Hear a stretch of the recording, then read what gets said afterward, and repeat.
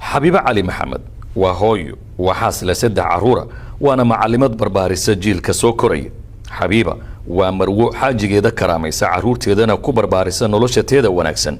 يدونا نفت يدا كو داداشة وريوين كيدا يهميلوين كيدا كقول كينتا فهمسنا سيدا ugu wanaagsan ee waqtiga looga faa'iideysto oo aan iska dayicin xataa ilbiriqsiyo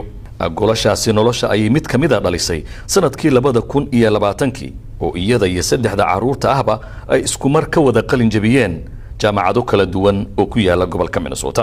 wallahi farxad weyn bay ahayd in aan caruurta hal mar aan isla dhameeyno iskuulka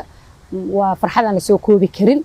inkastoo maaragtay uu corona naga soo dhaxgalay sanadkan graduateynay oo maaragtay balaankeena uu badnaa oo waxyaabo badan aan rabnay in isla sameeyno qof walba uu ka fikiray stage marka maraysa how can I scream kan waxaan sameyn doonaa aan ku lahayn marka farxad aad iyo aad weyn soo koobi karin bay nagu ahayd aniga iyo ilmaha aabahooda oo xaajigeyga Habiba waxay Mareykanka soo gashay muddaha tan laga joogo 20 sano iyadoo aan ku hadlin afka Ingiriiska waxaana dhowr sano kadib imaanshaheedii ay bilowday barashada luqadda Ingiriiska waxbarashadaas oo ay waday ilaa ay shahaadada sare ee masterka ka qaadatay jaamacadda Concordia ee gobolka Minnesota Habiba ayaa ka sheekaynaysa sida ay isugu waday waxbarashada shaqada iyo hawsha hooyanimada oo labadaba ka adag wallahi haddaan ku dhaho anoo hooyo ah oo ma aragtay xaas ah oo odayno ii joogo oo ma aragtay shaqeynayo easy buu ahaa iskuulkayga daqdo been baan kuu sheegay was tough laakiin mar kastaba waxaan ma aragtay one day waxaan niyadeydu ku jiray inaan markaan everything iska dhamaanayo waxaan dib loo marin dheeftooda lama helo marka waxa igu motivate garan jiray always waxaan dhihi jiray ma aragtay adkayso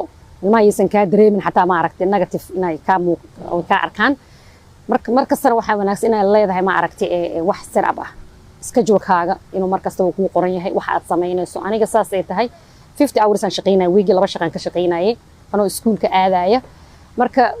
waqtigeyga dhan management u yahay waqtiga daadan manage garaynin waxaan u maleeynaa inaan waxba qabsan karin marka 24 hours oo qof walba la siiyay aniga ma haysto